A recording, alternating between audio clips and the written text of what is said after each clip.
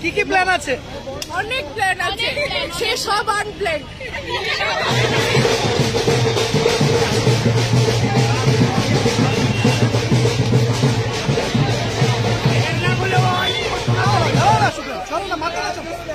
তোমার মাথাটা কেন?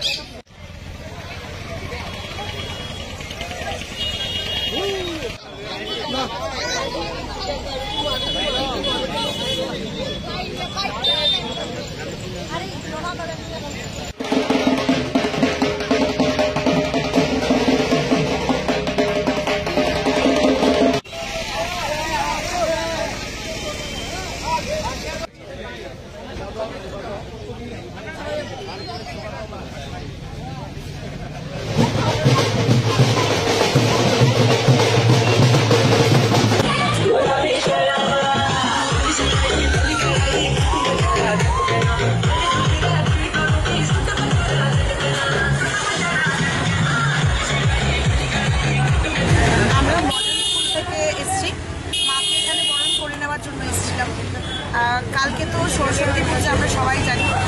ছাত্রছাত্রীদের মধ্যে খুবই একটি উৎফুল্লতার একটি চিত্র আমরা দেখতে পাচ্ছি।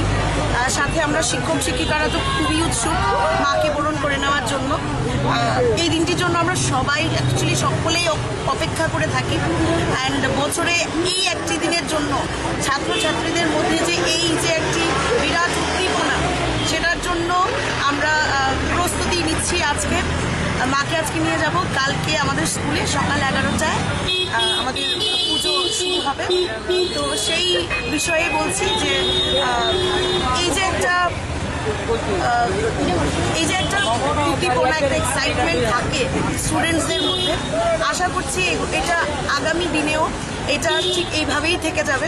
তার কারণ হচ্ছে আজকে যে আমরা একটা কালচারাল যে একটা ব্যাপার দেখতে পাই যে ছাত্রছাত্রীদের মধ্যে পুজো অর্চনা নিয়ে, এটা খুবই কমে যাচ্ছে দিন বা দিন। কিন্তু আশা করছি এই সরস্বতী পূজার মাধ্যমে প্রত্যেকটি বিদ্যালয়ে সেই সাংস্কৃতিক, সেই ধর্মীয় যে একটি টান রয়েছে, সেটি ছাত্রছাত্রীদের মধ্যে ফিরে আসে।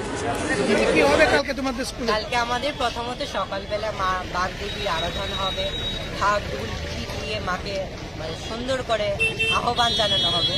তারপর 4,000-এর বেশি লোকজনের ভক্তদের জন্য আমাদের স্কুলের প্রসাদের ব্যবস্থা করা হয়েছে। প্যান্ডেল করা হয়েছে বসার জন্য সবার। ঢাক থাকবে, ঢোল থাকবে, বাজনা থাকবে, সব কিছু আনন্দে আমাদের পূজাটা ভালো করে কাটাবো। আমাদের স্কুল থেকে প্রত্যেক নাগরিক, মাননীয় মুখ্যমন্ত্রী, মাননীয় মেয়র সাহেব, সবাইকে জানাচ্ছি আপনারা আমাদের স্কুলে আসবেন, এসে প্রসাদ গ্রহণ করবেন, আমাদের স্কুলকে দেখবেন, পূজার আনন্দ নেবেন। তোমাদের স্কুলের তো একটা ঐতিহ্য রয়েছে যে স্টুডেন্টরাই পুজো করে, এবারে কি এরকম থাকবে? হ্যাঁ, এবার স্টুডেন্টরাই পুজো করছে, সবই স্টুডেন্টরা পুজো করছে।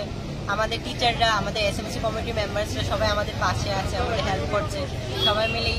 না, পুজোর আচার অনুষ্ঠানটা যে স্টুডেন্টরা, হ্যাঁ, পুজোর আচার অনুষ্ঠান সব স্টুডেন্টরা করবে, সব কিছু সব স্টুডেন্টের হাতে দেওয়া হবে।